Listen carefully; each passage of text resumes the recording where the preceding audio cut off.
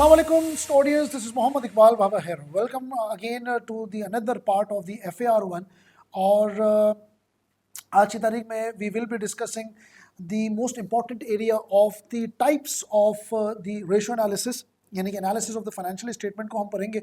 और इसमें से एक एरिया मार्च 2025 के अंदर टेस्ट हो चुका है और उम्मीद ये की जा सकती है कि इसका दूसरा एरिया जो है वो सितंबर 2025 के अंदर टेस्ट किया जाए। सो स्टार्ट करते हैं इसको। This is Mohammad Iqbal Bhaba Khair from Tawanis E academy, course instructor of the FAR1 and the MFA। और इसको स्टार्ट करते हैं कि फाइनेंशियल स्टेटमेंट एनालिसिस जो है वो कितनी तरह की हो सकती है। आपकी स्टडी टेक्स्ट का पेज नंबर 470 से लेकर कोई गालिबन 473 तक, इसकी जो है वो 470 से लेकर 473 तक की इसकी जो है वो स्टार्टिंग पॉइंट है और उसके बाद इसकी फर्दर एक्सप्लेनेशन जो है वो 474 से भी स्टार्ट होती है। तीन तरह की एनालिसिस जो है वो ICAP ने आपको बताई है that every student of the FAR1 paper must be aware of. पहली जो इन्होंने बताई है वो बताते हैं कि सर पहली एनालिसिस जो है वो हॉरिजॉन्टल एनालिसिस है, जिसके बारे में स्टूडेंट को पता होना चाहिए, जिसको हम ट्रेंड एनालिसिस भी कहते हैं। दूसरी एनालिसिस जो कि आपके इसी स्टडी टेक्स्ट का पार्ट है और वो है वर्टिकल एनालिसिस, और इनको हम यूजुअली कॉमन साइज एनालिसिस भी कह सकते हैं। और थर्ड एनालिसिस जो है वो रेशो एनालिसिस है। ये तीन तरह की एनालिसिस जो है वो आपके स्टडी टेक्स्ट का पार्ट है। अच्छा, मज़े की बात ये है why I have picked up this topic for the today's session, क्योंकि मार्च 2025 यानी कि पिछली अटेम्प्ट के अंदर आपके पास वर्टिकल एनालिसिस में पहली दफ़ा एग्जामिनर ने ह्यूगो बॉस के नाम से 8 मार्क का सवाल पूछ लिया और उस 8 मार्क्स के अंदर जो है वो 3 मार्क की वर्टिकल एनालिसिस थी और 5 मार्क की रेशो एनालिसिस थी। यानी कि पार्ट ए जो था was purely based on the vertical analysis and part B जो था उसको आप रेशो एनालिसिस कह सकते हैं। तो ह्यूगो बॉस के नाम से 8 मार्क्स का उसने देखकर थोड़ा सा बच्चों को हैरान कर दिया और हमें ये इंडिकेशन दिया कि ICAP जो है वो इस तरह के इग्नोर्ड एरिया या अनटच्ड एरिया या जो बच्चा सेलेक्टिव स्टडी करता है उस एरिया को पिक करके एक फुल फ्लैट सवाल कर सकता है। इसका मतलब ये है कि एग्जामिनर के माइंड में या जो एग्जामिनर पेपर सेट करेगा जब वो पिछली अटैम्प्ट खोल कर देखेगा तो क्वेश्चन नंबर 3 गालिबन ये था, और वो जब ये देखेगा कि तो वर्टिकल एनालिसिस एग्जामिनर पूछ चुका है। हॉरिजॉन्टल एनालिसिस का स्कोप है कि सितंबर 2025 के अंदर वो पूछ सकता है। रेशो एनालिसिस तो एग्जामिनर पूछता वही आता है। और वर्टिकल एनालिसिस के अंदर भी 2 पार्ट्स हैं, एक statement of profit and loss और एक स्टेटमेंट ऑफ फाइनेंशियल पोजीशन। यानी कि हम वर्टिकल एनालिसिस की अगर हम बात करें तो हमारे पास 2 किस्म की वर्टिकल एनालिसिस आप ही की स्टडी टेक्स्ट के अंदर गिवन है। एक वर्टिकल एनालिसिस है statement of profit and loss की, और तो दूसरी वर्टिकल एनालिसिस है वो स्टेटमेंट ऑफ फाइनेंशियल पोजीशन की। आपकी मार्च 2025 के अंदर जो टेस्टिंग हुई है ना वो statement of profit and loss की हुई है। Statement of financial position still रहता है कि आपने इसको टेस्ट करना बाकी है। तो पॉसिबल है कि सितंबर 2025 के अंदर एग्जामिनर वर्टिकल एनालिसिस जो जिसको हम कॉमन साइज एनालिसिस भी कहते हैं उसको स्टेटमेंट ऑफ फाइनेंशियल पोजीशन के एंगल पे पूछ ले, क्योंकि statement of profit and loss वो पूछ चुका है। एक दूसरा ये कि हो सकता है कि वो वर्टिकल एनालिसिस को टच ही ना करे, वो हॉरिजॉन्टल एनालिसिस के अंदर जाके आपसे ट्रेंड एनालिसिस कंप्यूट करवा दे। और ये भी हो सकता है कि वो हॉरिजॉन्टल और रेशो का मिक्स कर दे, क्योंकि रेशो का सवाल बहरहाल एग्जामिनर का पार्ट बन सकता है। और ऐसा भी हो सकता है कि सर वो तीनों का डिफरेंस पूछ ले, थ्योरी का एरिया आपको दे दे या कोई MCQ का पार्ट बना दे और तीनों का डिफरेंस पूछ ले, जो कि बड़ा रेयर हमने देखा है कि एग्जामिनर इस एरिया को टच करता है। तो हॉरिजॉन्टल, वर्टिकल और रेशो एनालिसिस की तीनों की आपसे डिफरेंसेस भी पूछ सकता है। 2-3 मार्क्स का, 4 मार्क का, 5 मार्क का, किसी एक आधा 2 मार्क का MCQ का पार्ट ही बना सकता है और उसका एक फुल फ्लैश प्रैक्टिकल सवाल भी दे सकता है, जो कि हमने ह्यूगो बॉस के हवाले से मार्च 2025 के अंदर देखा। तो आज की तारीख में हम इसको थोड़ा सा डिकोड करने की कोशिश करेंगे, एक आधी छोटी प्रैक्टिकल एग्जांपल भी देखेंगे, जरूरत पड़ी तो इसका पार्ट 2 बनाएंगे, अदरवाइज हम इसको पार्ट 1 के अंदर ही थोड़ा सा कवर अप कर लेंगे। तो सर आते हैं एक्सेल फाइल के ऊपर और थोड़ा सा इसको समझने की कोशिश करते हैं कि सर ये क्या चीज़ है। तो सबसे पहले सर हम पढ़ते हैं वर्टिकल एनालिसिस। वर्टिकल एनालिसिस किसको कहते हैं और साथ साथ ही मैं आपको ब्रॉडली तौर पे बता भी दूंगा कि हम इसको, बल्कि पहले वर्टिकल एनालिसिस ही पढ़ लेते हैं। सर वर्टिकल एनालिसिस क्या होता है? सबसे पहले आपको जो चीज़ दिमाग में रखनी है वर्टिकल एनालिसिस को लेकर, वो ये दिमाग में रखनी है कि वर्टिकल एनालिसिस जब भी हम करते हैं तो हम हर आइटम को सेल से कंपेयर करते हैं, यानी कि कंपोजिशन ऑफ द सेल्स का किस तरीके से ब्रेकअप हुआ है वो आपको वर्टिकल एनालिसिस बताएगा। तो सबसे पहले आपने वर्टिकल एनालिसिस के अंदर दिमाग में रखना है कि each item is shown as the percentage of sales. हर आइटम आपको सेल्स के हिसाब से ही शो करवाना है फॉर दैट पर्टिकुलर पीरियड। मतलब मान लीजिए कि अगर आपका सेल्स है तो सेल्स आप कॉस्ट ऑफ गुड्स सोल्ड है तो cost of goods sold sales का कितना परसेंट है, ग्रॉस प्रॉफिट सेल्स का कितना परसेंट है, नीचे आए एडमिन एक्सपेंस सेल्स का कितना परसेंट है, सेलिंग एक्सपेंस सेल्स का कितना परसेंट है, टैक्सेशन सेल्स का कितना परसेंट है, नेट प्रॉफिट सेल्स का कितना परसेंट है। आपने सिर्फ उसको डायरेक्ट करना है सेल्स से, जो भी आपकी सेल्स होंगी। तो इससे ये पता चलेगा कि सर हमने पूरा जो है ना वो सेल्स का ब्रेकअप कर दिया। ये वर्टिकल एनालिसिस है, यानी कि आपने वर्टिकली जाना है, यानी कि ग्रॉस प्रॉफिट को सेल से, एक्सपेंस को सेल से, नेट प्रॉफिट को सेल से, आपने इसमें वर्टिकली जाना है वर्टिकल एनालिसिस के अंदर। अब जैसा मैंने आपको बताया कि इसके अंदर दो चीज़ें आती हैं वर्टिकल एनालिसिस में। अगर मैं वर्टिकल एनालिसिस बात करूं इन एसपीएल की फॉर्म में, तो मैं statement of profit and loss को लेकर अगर चलूंगा तो मैं सेल से कंपेयर करूंगा। लेकिन अगर मैं स्टेटमेंट ऑफ फाइनेंशियल पोजीशन का बनाऊं तो as percentage of total assets in SFP. अगर मुझे examiner statement of financial position देगा तो मैं हर आइटम को टोटल एसेट्स के साथ कंपेयर कर दूंगा। ह्यूगो बॉस के अंदर मार्च 2025 के अंदर उसने आपको बाकायदा कहा हुआ है कि आपने दोनों कंपनीज की vertical analysis statement of profit and loss को लेकर करनी है। तो इसलिए मैंने दोनों कंपनीज की एक एक आइटम को सेल्स के साथ कंपेयर किया। अगर एग्जामिनर मुझसे पूछता है, जो कि अभी तक नहीं पूछा गया, कि भाई आपने वर्टिकल एनालिसिस करनी है स्टेटमेंट ऑफ फाइनेंशियल पोजीशन की, तो मैं हर आइटम को क्या करूंगा, टोटल एसेट्स के साथ कंपेयर कर दूंगा, जिस तरीके से मैंने सेल्स के साथ कंपेयर किया। तो स्टेटमेंट ऑफ फाइनेंशियल पोजीशन के अंदर याद रखिएगा कि हर आइटम टोटल एसेट्स के साथ कंपेयर होती है। कभी कभार टोटल लाइबिलिटीज के साथ भी कंपेयर हो जाती है, लेकिन टोटल लाइबिलिटीज हमारे बुक में लिखा हुआ नहीं है, इसलिए हम टोटल एसेट्स ही तस्वुर करेंगे कि हर आइटम को आप टोटल एसेट्स के साथ कंपेयर करके परसेंटेज निकालेंगे। जबकि statement of profit and loss के अंदर हम हर आइटम को सेल्स के साथ कंपेयर करके परसेंटेज निकालेंगे। ये हो गई वर्टिकल एनालिसिस। इसका पर्पस क्या है सर? अब मैं आपको थोड़ा बहुत डिफरेंस ही बता रहा हूँ कि अगर थ्योरी में आ गया इसका पर्पस क्या है। इसका पर्पस ये है कि टू अंडरस्टैंड द स्ट्रक्चर और composition of the financial statement, हमें थोड़ी सी स्ट्रक्चर देखना होता है कि भाई कौन सा पार्ट कितना परसेंटेज है सेल्स का। तो हमें जब स्ट्रक्चर देखना होता है या जब हमें कंपोजिशन देखनी होती है फाइनेंशियल स्टेटमेंट की, तो हम इसको लेकर चल रहे होते हैं। इसका छोटा सा एक पर्पस है, ठीक है सर। अब आ जाते हैं सर थोड़ा हॉरिजॉन्टल एनालिसिस पे। थोड़ा सा मुझे कीबोर्ड की प्लेसमेंट सही करने दें, और अब हम बात करेंगे सर हॉरिजॉन्टल एनालिसिस में। अच्छा, मैंने आपको शायद ये हाँ जी बता दिया है कि हम इसको ट्रेंड एनालिसिस भी कहते हैं। इसको हम करते हैं ट्रेंड एनालिसिस, और उसको हम जो वर्टिकल एनालिसिस जो हमारे पास था उसको हम कॉमन साइज एनालिसिस भी कहते हैं, ठीक है जी। तो हॉरिजॉन्टल एनालिसिस क्या करता है सर? हॉरिजॉन्टल एनालिसिस ये करता है कि सर ये आपके फाइनेंशियल डेटा को एक पर्टिकुलर पीरियड के साथ कंपेयर नहीं करेगा, बल्कि ये दूसरे पीरियड के साथ कंपेयर कर देगा। मतलब मान लीजिए कि वर्टिकल एनालिसिस में हम क्या कर रहे थे, हम 2001 में ही खड़े हुए थे।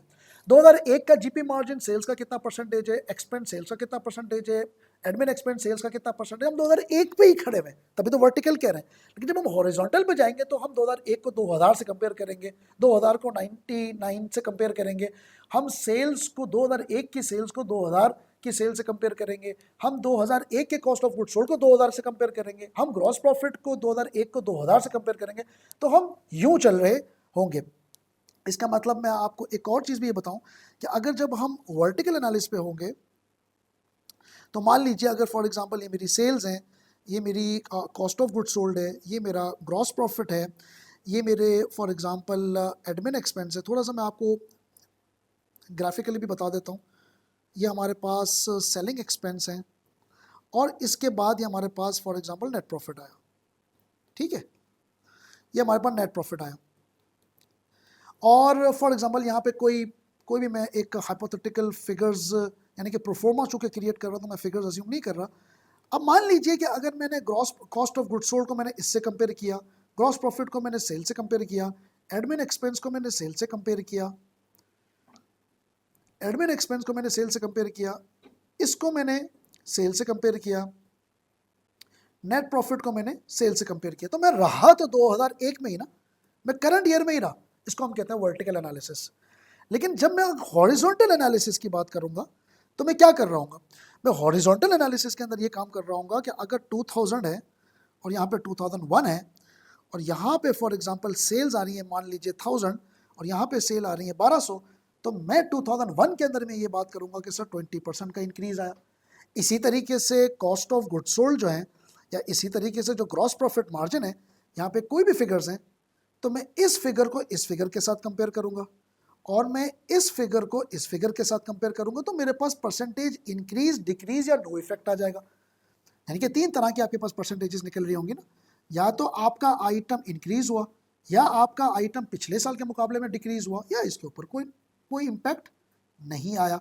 तो इसको हम कहते हैं हॉरिजॉन्टल एनालिसिस। क्या मतलब हुआ कि हॉरिजॉन्टल एनालिसिस एक्चुअली करता क्या है कि compares financial data across time periods to see trends and growth, और ये शो करता है, shows the increase decrease in amount यानी कि absolute amount और in percentages। यानी कि आपको अमाउंट बता देगा कि भाई जैसे बताया 1000 से 1200 हुआ तो 200 का इंक्रीज आया, या 20% यानी कि एब्सोल्यूट अमाउंट के अंदर भी बात हो सकती है और परसेंटेज के अंदर भी बात हो सकती है। तो ये अक्रॉस डिफरेंट टाइम पीरियड के ऊपर कंप्यूट करता है। जब हम एमएफए में जाएंगे तो हम ये भी देखेंगे, फाइनेंशियल में भी देख सकते हैं कि 2001 को अगर हम कंपेयर करें 1990 से 2001 को अगर हम कंपेयर करें 1991 से, तो हम 10 साल का भी इंक्रीज और डिक्रीज निकाल सकते हैं using some of the techniques, और हम पिछले साल को भी निकाल सकते हैं, हम पिछले 3 साल का भी डाटा निकाल सकते हैं पिछले। यानी कि जब हम डिफरेंट टाइम पीरियड को कंपेयर कर रहे होंगे तो that we will call the horizontal analysis. जब हम एक ही टाइम पीरियड को सेल्स के साथ कंपोजिशन बना रहे होंगे तो हम इसको कहेंगे वर्टिकल एनालिसिस। तो ये थोड़ा सा हमारे पास फर्क है। अब सर रेशो एनालिसिस क्या चीज होती है? हमारे पास जो है वो रेशो एनालिसिस क्या, अच्छा यहाँ पे पर्पस भी समझ लेते हैं इसका। अगर थ्योरी में आ गया पर्पस तो भाईजान पर्पस क्या है? तो सर पर्पस अगर टेक्निकली देखा जाए तो हम सिर्फ ये देखना चाहते हैं टू आइडेंटिफाई इसके अंदर ग्रोथ, डिक्लाइन और consistency in performance over time. ठीक है, ये इसका पर्पस है। अब आ जाते हैं सर रेशो एनालिसिस के अंदर कि सर ये क्या एक नई चीज़ है, how the ratio analysis is different from. Ratio analysis में याद रखिएगा कि सर हम डिफरेंट फाइनेंशियल रेशोज कैलकुलेट करते हैं, not necessarily limited to the statement of profit and loss और the statement of financial position like vertical. मतलब हम इसके अंदर जो रेशोज इस्तेमाल कर रहे होंगे तो हो सकता है कि हम एक item statement of profit and loss से उठाए और दूसरा item statement of financial position से उठाए। मतलब मान लीजिए रिटर्न ऑन कैपिटल एम्प्लॉयड। अब रिटर्न ऑन कैपिटल एम्प्लॉयड के अंदर हम जो पीबीआईटी है वो statement of profit and loss से उठाएंगे, लेकिन capital employed statement of financial position से उठाएंगे। इसी तरीके से रिटर्न ऑन टोटल एसेट, तो रिटर्न ऑन टोटल एसेट के अंदर हम total asset statement of financial position से उठाएंगे और रिटर्न यानी कि पीबीआईटी हम दोबारा से statement of profit and loss से उठाएंगे। इसी तरीके से रिटर्न ऑन इक्विटी, इक्विटी का जो आइटम है वो बैलेंस शीट से आएगा, लेकिन जो रिटर्न का आइटम है जो पैट है वो statement of profit and loss से आएगा। इसी तरीके से earning per share, earning per share के अंदर जो पैट है वो statement of profit and loss से आएगा, लेकिन जो शेयर की जो फिगर है वो ऑर्डिनरी शेयर कैपिटल यानी कि स्टेटमेंट ऑफ फाइनेंशियल पोजीशन से निकल रही होगी। इस तरह बेतहाशा चीज़ें हम ये कर रहे होंगे। कभी कभार तो ऐसा होता है कि हम एक ही स्टेटमेंट के अंदर रहकर ही, मतलब अक्रॉस डिफरेंट स्टेटमेंट जाने की जरूरत नहीं, एक ही स्टेटमेंट से रहकर हम रेशोज कैलकुलेट कर रहे होते हैं। मतलब मान लीजिए करंट रेशो, अब करंट रेशो के अंदर करंट एसेट भी आपको स्टेटमेंट ऑफ फाइनेंशियल पोजीशन के अंदर मिलेगा और current liability statement of financial position के अंदर मिलेगी। इसी तरीके से क्विक रेशो भी स्टेटमेंट ऑफ फाइनेंशियल पोजीशन में है और क्विक रेशो का न्यूमिनेटर और डिनोमिनेटर दोनों स्टेटमेंट ऑफ फाइनेंशियल पोजीशन में से आपको मिल जाएंगे। तो ऐसे बहुत सारी हमारे पास रेशोज हैं जिसके अंदर हमें ये तमाम चीज़ें जो है वो वहीं से मिल जाती हैं। इसी तरीके से अगर आप बात करें डिविडेंड पर शेयर, तो डिविडेंड पर शेयर जो है वो डिविडेंड की जो अमाउंट है वो एक्चुअली आपको रिटेन अर्निंग यानी कि इक्विटी में से मिलती है और शेयर की अमाउंट आपको स्टेटमेंट ऑफ फाइनेंशियल पोजीशन से मिलती है। तो हम बहुत सारी चीज़ें ऐसी ले रहे होते हैं रेशो एनालिसिस में जिसमें हम अक्रॉस डिफरेंट स्टेटमेंट्स को लेकर न्यूमरेटर कहीं और से आ सकता है, डिनोमिनेटर कहीं और से आ सकता है। लेकिन वर्टिकल एनालिसिस के अंदर न्यूमरेटर भी statement of profit and loss का होगा, डिनोमिनेटर भी statement of profit and loss का होगा। या अगर आप स्टेटमेंट ऑफ फाइनेंशियल पोजीशन में है तो दोनों आपके जो है वो न्यूमरेटर और डिनोमिनेटर वर्टिकल एनालिसिस के अंदर एक ही स्टेटमेंट से होंगे। हॉरिजॉन्टल एनालिसिस के अंदर जब मैं कंपेयर कर रहा हूँ तो मैं परसेंटेज में चीजें निकाल रहा हूँ, रादर देन मैं न्यूमरेटर और डिनोमिनेटर में नहीं निकालूंगा, बल्कि मैं परसेंटेज ट्रेंड देख रहा होता तो परसेंटेजेस में चीज़ आ रही होती है, और परसेंटेज में इंक्रीज और डिक्रीज का न्यूमरेटर और डिनोमिनेटर हो सकता है, लेकिन परसेंटेज में चीज़ें देख रहा होता हूँ।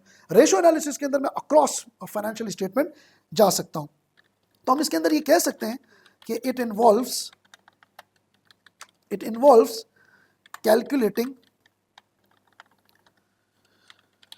calculating financial ratios from statement to evaluate performance, liquidity, solvency and efficiency। और ये तमाम किस्म के रेशोज आपकी बुक के अंदर गिवन है। हमने प्रॉफिटेबिलिटी रेशोज भी पढ़े, हमने सॉल्वेंसी रेशोज भी पढ़े, हमने लिक्विडिटी रेशोज भी पढ़े जिसके अंदर करंट रेशो, क्विक रेशो हमने पढ़ा, हमने इफिशिएंसी रेशो भी पढ़े जिसके अंदर हमने रिसीवेबल डेज, पेबल डेज, हमने जो है वो इन्वेंट्री डेज पढ़े, हमने जो है वो परफॉर्मेंस रेशोज भी पढ़े जिसके अंदर हमने प्रॉफिटेबिलिटी रेशो जिसके अंदर gross profit margin, net profit margin, हमने सॉल्वेंसी रेशो भी पढ़े जिससे हमने डेट टू इक्विटी रेशो पढ़ा, इंटरेस्ट कवर पढ़ा। ये तमाम रेशोज जितने भी आपने पढ़े ना, ये तमाम रेशो एनालिसिस के अंदर है। ये बात दिमाग में रखिएगा कि इसका पर्पस क्या है सर, इसका पर्पस क्या है? इसका पर्पस ये है सर, ये डीप इंसाइट देता है, ये डीप इंसाइट देता है into the financial health and performance, ठीक है। और ये बहुत ज्यादा यूजफुल होता है फॉर डिसीजन मेकिंग। ये डिसीजन मेकिंग के लिए बहुत ज्यादा आपके लिए जो है ना वो यूजफुल रहता है रेशो एनालिसिस। तो ये दिमाग में रखिएगा कि पर्पस आपका क्या है, वो आप वहां पे जाके जो है ना वो चीजों को देख रहे होंगे, आपका पर्पस क्या है। सर इसको थोड़ा और आराम से आसानी से समझाएं। देखिए वर्टिकल एनालिसिस एक्चुअली जो है ना वो, अगर आपकी मील की मैं बात करूं, थोड़ी सी आपको मैं एनालॉजी दे रहा हूं, अगर मैं मील की बात करूं ना तो आपकी जो न्यूट्रिशनल ब्रेकडाउन होगा आपके मील का, कि उसके अंदर कितनी प्रोटीन है, इसके अंदर कितना कैल्शियम है, इसके अंदर कितना फैट है, तो ये वर्टिकल एनालिसिस है। लेकिन अगर मैं ये वाली बात करूं कि यार आपका उस पर्टिकुलर बंदे का ब्लड प्रेशर कितना है, उसका शुगर लेवल कितना है, उसकी कोलेस्ट्रॉल कितनी है, तो ये मैं रेशो एनालिसिस कर रहा हूँ, उस पर्टिकुलर बंदे की परफॉर्मेंस चेक कर रहा हूँ। तो ये याद रखिएगा कि vertical analysis is all about breakdown of your meal into the nutritional breakup, कि इसके अंदर फैट कितना, कैल्शियम कितना, और भी बहुत सारी चीज़ें कितनी। लेकिन अगर मैं फाइनेंशियल बंदे की परफॉर्मेंस की बात करूँ तो हमारे जितने भी टेस्टिंग होती है, लैब टेस्ट होते हैं, ये है रेशो एनालिसिस, जो कि मुझे असल बताएगा, डिसीजन मेकिंग देगा कि पर्टिकुलर बंदे के अंदर कितना स्टेमिना है या कितना उसका जो है वो टेस्टिंग सिस्टम कहाँ खराब है। तो ये रेशो एनालिसिस है। थोड़ा सा मैंने एनालॉजी करने की कोशिश की है। थोड़ा सा अगर मैं आपको और इसकी डिफरेंस के ऊपर बात करूं, अगर मैं थोड़ा सा वर्टिकली अगर मैं बात करूं तो यहाँ हम लिख लेते हैं वर्टिकल एनालिसिस, यहाँ हॉरिजॉन्टल एनालिसिस और यहाँ रेशो एनालिसिस। थोड़ा सा अगर हम इसके और डिफरेंस के ऊपर बात करें तो याद रखिएगा कि जो वर्टिकल एनालिसिस का जो फोकस होगा ना वो 1 ईयर होता है। थोड़ा सा और इसको क्लियर कर लेते हैं। हॉरिजॉन्टल एनालिसिस का जो फोकस होता है ना वो मल्टीपल ईयर्स होता है। कि अगर आईकैप कभी आपसे ये डिफरेंस पूछ ले, हम तो थोड़ा सा डिकोड करने की कोशिश करें कि व्हाट द आईकैप कुड आस्क्ड, ठीक है। और रेशो एनालिसिस का जो फोकस होता है ना वो स्पेसिफिक परफॉर्मेंस इंडिकेटर्स हैं, स्पेसिफिक परफॉर्मेंस, प्रॉफिटेबिलिटी करना चाह रहे हो, इफिशिएंसी करना चाह रहे हो, इक्विटी डेट सॉल्वेंसी करना चाह रहे हो, करना क्या चाह रहे हो, जो करना चाह रहे हो हम करवा देंगे। ये इसका फोकस। सबसे पहले तो डिफरेंस फोकस पे आते हैं। दूसरा बेस, बेस बहुत इंपॉर्टेंट है सर। इसकी बेस पता है क्या होती है? इसकी या तो टोटल एसेट है या आपके पास टोटल सेल्स है। वर्टिकल एनालिसिस में टोटल सेल्स होंगे तो statement of profit and loss, total asset होंगे तो statement of financial position. Horizontal analysis की जो बेस होगी ना वो प्रीवियस ईयर्स होती है। कभी कभार बेंचमार्क से भी कर रहे होते हैं, लेकिन उसूली तौर पे प्रीवियस ईयर्स होती हैं, ट्रेंड देखने के लिए, क्योंकि इसको ट्रेंड ही कहा जाता है। रेशो एनालिसिस की जो होती है ना वो डिफरेंट कॉम्बिनेशंस होती है। डिफरेंट कॉम्बिनेशन, क्या करना चाह रहे हो? आपका denominator statement of profit and loss से भी निकल सकता है, फाइनेंशियल पोजीशन से भी निकल सकता है। बेस इसकी, मैंने आपको बेस के ऊपर बात बताई।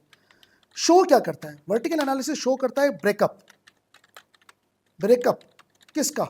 सेल्स का। हॉरिजॉन्टल एनालिसिस क्या करता है? हॉरिजॉन्टल एनालिसिस शो करता है ट्रेंड ओवर टाइम, ठीक है। रेशियो एनालिसिस क्या करता है? रेशियो एनालिसिस शो करता है financial health, financial health show करता है। यूज केस क्या है? कब कब यूज कर सकते हैं? जब हमें कंपेयर करना हो, जब हमें कंपेयर करना हो साइज ऑफ आइटम्स। किसी आइटम के साइज को अगर आपको कंपेयर करना है तो आप एसेट को बेंचमार्क बना के उसके साइज को कंपेयर कर सकते हो कि भाई property plant and equipment total asset का ये साइज है, या एडमिन एक्सपेंस टोटल सेल का ये साइज है। अगर आपको साइज कंपेयर करना हो, आपने जब ग्रोथ को आइडेंटिफाई करना है,